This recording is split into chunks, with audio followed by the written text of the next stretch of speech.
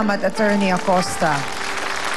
Doktora, marahil ang ipinagtataka po ng ating mga sausawero at sausawera, hindi lamang dito sa studio, kundi yung mga nanonood din po sa kanilang tahanan, ay kung papaanong hindi maunawaan ni Mang Eduardo at ni Aling Ruth at ni Mang Joselito na itong naging setup nila ay hindi po normal.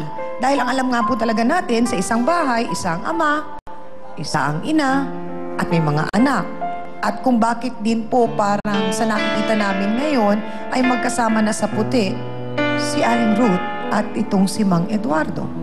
May mga pagkakataon na twist natin yung mga totoong realidad para sa ating kapakanan. Sana naisip nyo na lalo kay Mang Eduardo, kay Mang Ruth at saka kay Joselito na ito pong ginagawa nyo ay selfish motives, napakamakasarili nyo. Dahil hindi nyo po inisip na may mga batang maaapektuhan dito. Pangalawa, paano po ma-explain itong pagkakataon na sinasabi nga ni Mang Joselito, hindi alam nung bata, alam nung 4 years old na anak ko siya. Pero ginugulo lang.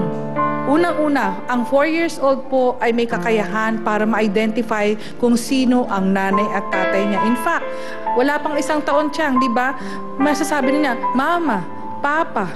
Tapos ngayon dito, Mama, Papa, Tatay, ano ba yun? Sana ma-realize niyo po na ang pangyayaring ito, bagamat ayaw niyo mang aminin, ay kagagawan niyo po. At ang naapektuhan ng malaki ay ang mga bata.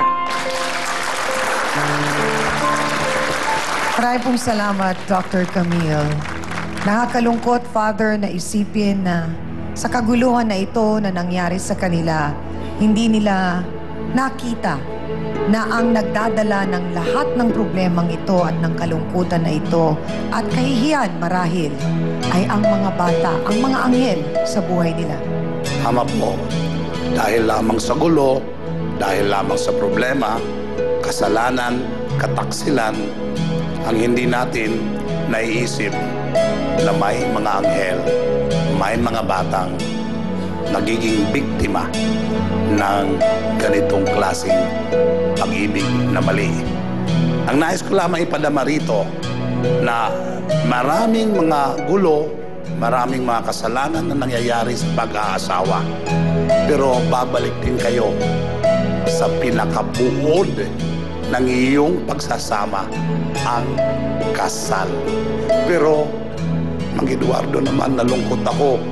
Isinurrender mo na ang bataan. Bahala ka na sa asawa ko. Hindi mo pinanindigan ang pinangako mong kasal na dapat ipinaglaban mo ang iyong kabiyak. Kaya sana naman, sa haba-haba ng prosesyon, kasal pa rin ang namamagitan, kaya sila nagkabalikan. Sana naman ito ay tuloy-tuloy na anumang pagsubok na marating ninyo, malabanan nyo, mapanindigan nyo, maging matatag kayo sa inyong pagmamahalan. Salamat po.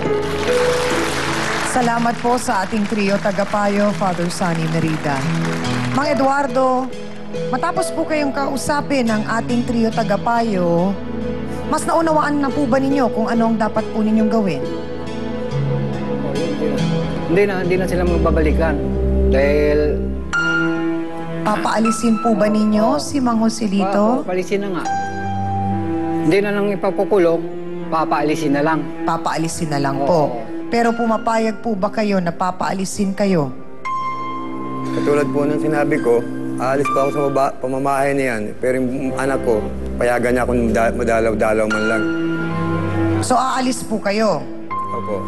Ruth, handa ka na bang tapusin ang pakikipagrelasyon mo kay Mang Joselito?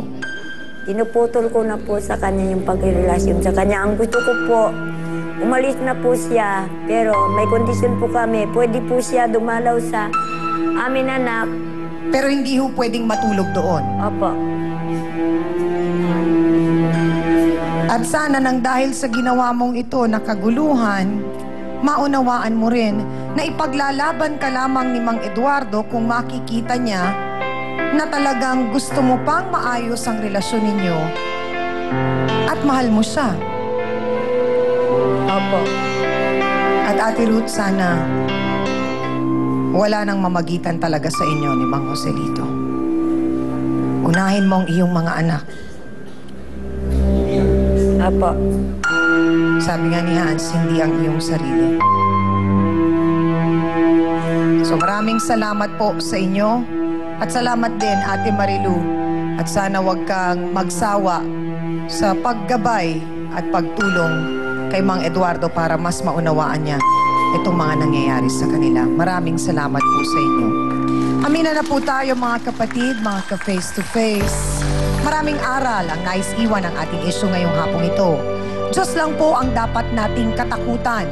Huwag po nating hayaang kontrolin ng iba ang ating buhay. Matuto po tayong lumaban lalo na kung tayo ay tunay na may karapatan. Iba ang sa iyo at iba rin ang sa kanya. Kaya hindi pwedeng magsalo sa iisa. May mga pagkakataon po kung saan mas nakasasama ang pagiging sobrang martir. Lalo na po kung agrabyado ka, pero wala ka pa ring aksyon na ginagawa.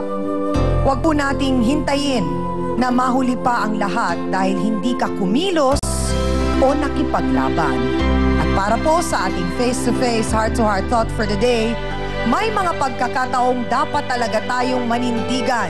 Hindi ito para sukatin ang iyong katapangan, kundi may karapatan kang dapat na ipaglaban. Thank you sa inyong lahat mga kapatid at maraming salamat din sa aking co-host na si Hans Martel. Sa Dance Squad. Sa iyo B1 at B2, thank you din. Sa ating pong trio, Tagapayo, mahal namin kayo. At sa ating pong sausawero at sausawera dito sa studio, at higit sa lahat sa mga bisita po namin, nagbahagi ng kanilang kwento at sana nga po sa maliit na paraan namin dito sa Face to Face, kami ay nakatulong po sa kanila na kahit paano'y naayos ang kanilang problema. Muli sa mga kapatid nating naisundan kami ni Hans sa Twitter, ang aking pong account Perez Ami at kay Hans naman si Hans Itu.